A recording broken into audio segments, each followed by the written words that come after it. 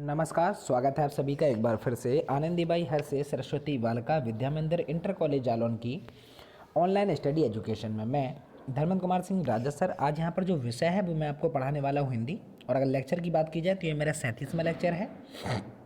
ठीक है, चलिए चलते हैं और आगे। जैसे मैं यूट्यूब चैनल, अगर आपने अभी तक इसको सब्सक्राइब नहीं किया है तो चैनल को जाकर सब्सक्राइब कर दीजिए। इससे क्या होगा कि जब भी मैं कोई वीडियो अपलोड करूँगा तो उसका नोटिफिकेशन आपके पास पहुँच जाएगा। ठीक है, आगे देखिए। पाठ जो है वो हमारा चल रहा था 7वां। ठीक है, पाठ का नाम है बाल लीला। बहुत ही अच्छा पाठ था। हमने आपको कोशिश की है कि आपको बहुत बेहतर तरीके से पढ़ाएं और उम्मीद करेंगे कि आपको समझ में आया होगा चैप्टर। तो अब हमको क्या करना है, अब हमारे जो प्रश्नोत्तर थे हमको उसके बारे में थोड़ा पढ़ना है। और हम संदर्भ, व्याख्या, जो भी आपके एक्सरसाइज थी, इसकी जो प्रश्नावली थी वो हमने पूरी कंप्लीट की है। तो अब हम चलते हैं अपने पहले क्वेश्चन की ओर कि पहला क्वेश्चन क्या है। देखिए, प्रश्न पहला है कि यशोदा बालक श्री कृष्ण को किस प्रकार सुला रही हैं। ठीक है, तो हमको ये बताना है कि जो यशोदा माँ है ना, वो बालक श्री कृष्ण को किस प्रकार सुला रही हैं। उत्तर क्या है, आपको पता है कि यशोदा जी जो हैं वो बालक कृष्ण को पालने में झुलाती हैं और उन्हें दुलारते पुलारते यानी कि पुचकारने का प्रयास कर करके उनको सुलाने का प्रयास करती हैं। यानी कि बच्चे जब होते हैं तो आपने देखा होगा उनको थपथपी देकर या उनको लोरी गाकर ही माँ जो होती है वो सुनाती हैं। ऐसे क्या होते हैं, बच्चों को नींद जल्दी आती है ना। तो यहाँ पर क्वेश्चन यही पूछा गया था, प्रश्न यही पूछा गया था कि यशोदा जो है, यशोदा माँ जो है वो बालक श्री कृष्ण को किस प्रकार सुला रही हैं। तो यशोदा जी जो हैं वो बालक कृष्ण को पालने में झुलाती हैं और दुलारते पुचकारते और सुलाने का प्रयास करती हैं। ठीक है, चलिए चलते हैं अपने प्रश्न नंबर दूसरे की ओर। प्रश्न नंबर दूसरा है, वह कौन सा सुख है जो देवताओं को भी दुर्लभ है ना। मतलब इस पाठ में ऐसा कौन सा सुख बताया गया है जो देवताओं को भी नसीब नहीं होता है। ठीक है, तो यहाँ पर भगवान जो हैं, यानी कि उनका जो बाल रूप है ना, भगवान को छोटे रूप में बाल अवस्था में देखकर, है ना, उनका लालन पालन प्यार करने का जो सुख है ना, वो नंद जी की पत्नी यशोदा जी को प्राप्त हुआ है, जो देवताओं को भी दुर्लभ है। यानी कि ये ऐसा सुख है जो देवताओं को भी नसीब नहीं होता। यानी कि उन्हें बचपन में बाल अवस्था में किसी ईश्वर को खिलाने का मौका नहीं मिलता है। देवताओं को जो नसीब नहीं है वो यशोदा जी जो है, क्योंकि कान्हा जी जो है ना, जो आपके ईश्वर है ना, तो उनको क्या करती हैं, नंद जो हैं उनके पत्नी जो है यशोदा जी, उनको ये सुख है कि वो ईश्वर को यानी कि भगवान को पाल पोस कर बड़ा कर रही हैं। तो ये सुख जो है वो देवताओं के लिए भी कैसा है, दुर्लभ है। चलिए चलते हैं बेटा अपने प्रश्न नंबर तीसरे की ओर। दाऊ क्या कहकर श्री कृष्ण को चढ़ाते हैं और यशोदा उन्हें क्या कहकर समझाती हैं। पाठ में आपको पता ही है, जब जो दाऊ जी हैं वो कान्हा जी को चढ़ाते हैं कि तुम काले हो, यशोदा माँ गोरी हैं, नंद बाबा गोरे हैं, और उनके जो दोस्त हैं, है ना, इनके दाऊ जी के, वो भी कान्हा जी को चढ़ाते हैं। ठीक है, तो उत्तर क्या है, दाऊ यानी बलराम जी कृष्ण से कहते हैं कि नंद और यशोदा दोनों के रंग जो हैं वो गोरे हैं, तुम काले रंग के कहाँ से आ गए। माँ बलराम को चुगली करने वाला और जन्म से धूर्त बताकर कृष्ण को सांत्वना देती हैं। यहाँ पर क्या होता है, यहाँ पर जो दाऊ जी है ना, वो कान्हा जी को यहाँ पर क्या करते हैं, चढ़ाते हैं, क्या कहकर के नंद बाबा गोरे हैं, है ना, माता भी गोरी हैं, तो तुम काले कहाँ से आ गए, यानी कि तुम नंद बाबा के पुत्र नहीं हो।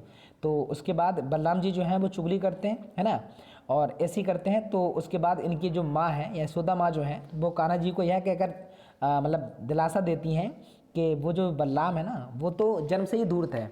धूर्त का मतलब कैसा है, बदमाश है। ठीक है ना, तो और जन्म से ही धूर्त है और वो चुगली भी करता है। चुगली का मतलब यहाँ की बात वहाँ करना, है ना, चुगली अक्सर होती रहती है समाज में। ठीक है, तो ये धूर्त बताकर जो कृष्ण भगवान जी उनको सांत्वना देती हैं।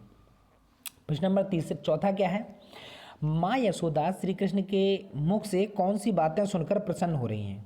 तो बालक कृष्ण बलराम द्वारा चुराए जाने की जो शिकायत माँ यशोदा से करते हैं और कहते हैं कि तुम तो हमेशा मुझी को डांटती पीटती रहती हो, दाऊ जी को कभी नहीं डांटती हो या कुछ नहीं कहती हो उनसे। बालक कृष्ण के मुख से इस प्रकार के जो क्रोधपूर्ण, यानी कि जब गुस्से में वो ये बात कह रहे हैं ना, तो बातें सुनकर यशोदा जी यहाँ प्रसन्न हो रही हैं।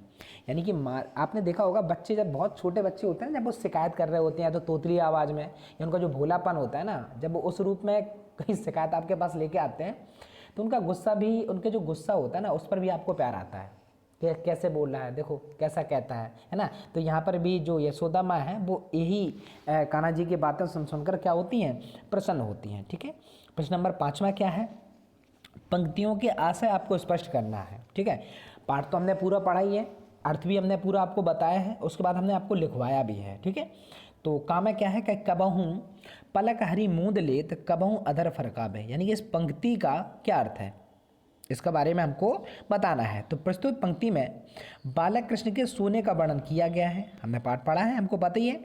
माँ यशोदा दुलारा, यानी कि जब उन्हें पालने में झुला रही हैं, उनको गाने सुलाकर उनको मतलब जो है सुलाने का प्रयास करती है ना, तो ऐसे में बालक कृष्ण क्या करते हैं, अपनी आंखों को बंद कर लेते हैं। तो यशोदा माँ सोचती हैं कि वो सो गए हैं और वो लोरी गाना क्या कर देती हैं, बंद कर देती हैं, है ना। लेकिन जैसे वो लोरी गाना जो बंद करती हैं, तो जो आपके कान्हा जी हैं ना, वो तुरंत जाग जाते हैं। क्या हो जाते हैं, तुरंत जो है वो जाग जाते हैं, है ना, और अपनी जो अधर है वो फड़काने लगते हैं, अपना शरीर हिलाने लगते हैं, एक्टिविटी करने लगते हैं, है ना। तो ये आपको याद करना है और आपको कॉपी में भी अच्छे से मेंशन करके लिखना है। ठीक है ना। तो यहाँ पर ये पूछा गया था, कबहूँ पलक हरी मूंद लेते हैं कबहूँ अधर फड़कावें, यानी कि जब वो माँ यशोदा जो है उनको सुलाने का प्रयास करती हैं, तो वो जब वो लोरी गाती हैं, कभी कभी ये क्या होते हैं, आंखें बंद कर लेते हैं और शांत हो जाते हैं। तो माँ सोचती हैं कि लो बच्चा तो सो गया हमारा, ठीक है, और जैसे ही वो लोरी गाना बंद करते हैं वो तुरंत जाग जाते हैं। ठीक है, ऐसा होता होगा आपके घर में भी, अगर बच्चे होंगे छोटे से, तो उनको जब भी सुलाते हैं या आप या माता जी जब सुलाती हैं ना, तो वो ऐसी ही एक्टिविटी करते रहते हैं, वो जाग जाते हैं। अगर थोड़ा भी उनको झूलने में झुलाते हुए अगर फिर उसके बाद उसके कमरे में शांति रखी जाती है कि नहीं कहीं तेज़ आवाज़ हो तो जग ना जाए, क्योंकि जगेगा तो आपको पता है रोना शुरू कर देंगे वो।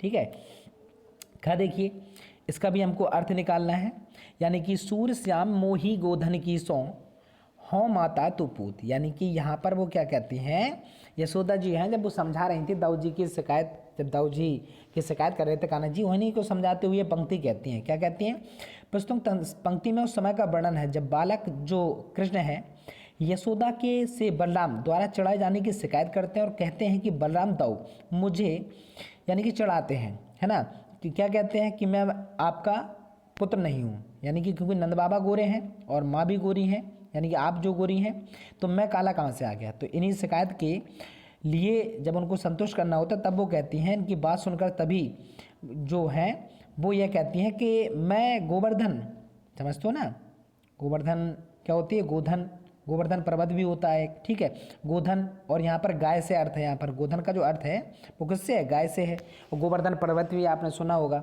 तो उसकी सौगंध खाकर कहती हैं माता, गोधन की सौगंध खाकर कहती हैं कि मैं ही तुम्हारी माता हूँ और तुम मेरे पुत्र हो। समझाते हुए वो क्या कहती हैं कि मैं गायों की सौगंध खाकर कहती हूँ कि तुम ही मेरे पुत्र हो और मैं तुम्हारी माता हूँ। ठीक है, उसके बाद गा में देखिए बच्चा, अवधेश के बालक चारि सदा तुलसी मन मंदिर में बहरे, है ना। यहाँ पर ये तुलसीदास जी की पंक्ति है, राम जी के लिए समर्पित है, और तुलसीदास जी यहाँ पर बालक राम और उनके अन्य 3 भाइयों के बाल रूप का वर्णन करते हुए, है ना, भाव विभोर होकर कहते हैं कि अवधेश, यानी कि अवधेश का मतलब यहाँ पर है राजा दशरथ, ठीक है, कि चारों जो पुत्र हैं, कौन कौन से पुत्र हैं, राम सबसे बड़े हैं, लक्ष्मण भरत शत्रुघ्न, ठीक है, मेरे मन मंदिर में सदा यूं ही विहार करें। विहार का मतलब विराजें, यानी कि मैं उनकी उपासना लगातार करता रहूं और वो इसी प्रकार से मेरे जो मन है ना उसमें निवास करते रहें, अर्थात उनकी इस सुंदर छवि को अपने मन में सदा बसा लेने का मन करता है मेरा। कौन कहता है, ये तुलसीदास जी कहते हैं, क्योंकि उन्होंने जो है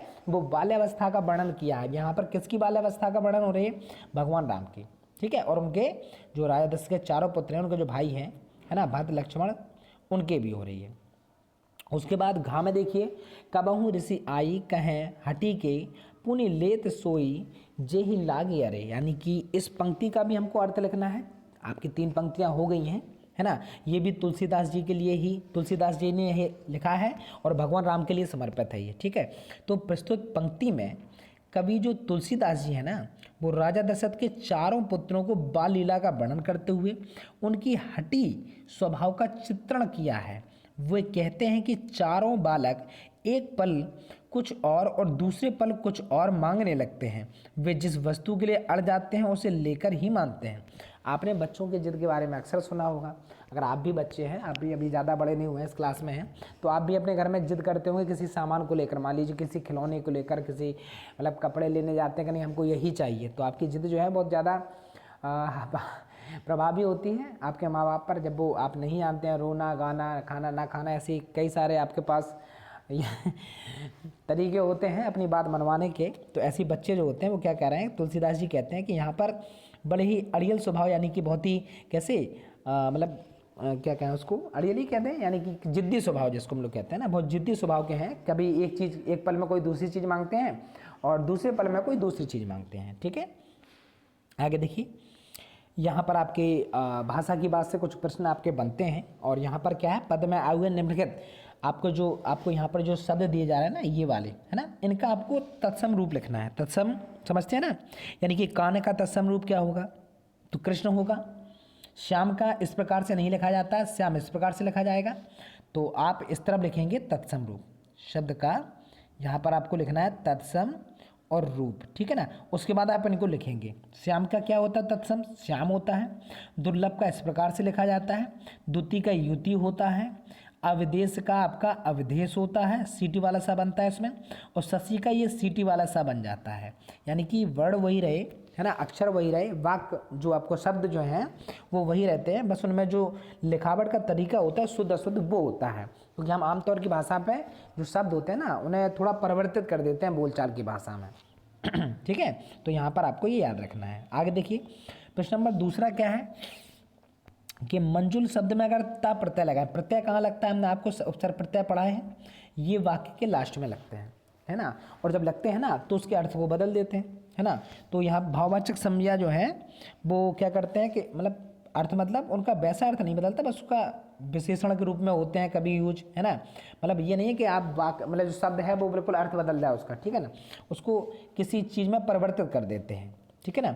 तो यहाँ पर हमको क्या करना है कि प्रत्यय लगाकर भाववाचक संज्ञा बनानी है। जैसे मंजुल से हमारे ता लगाए तो हमारा बना मंजुलता, ऐसे ही आपको इन शब्दों में भी लगाना। तो स्वाभाविक में यदि हम ता जोड़ेंगे ना तो हमारा क्या बन जाएगा, स्वाभाविकता, ठीक।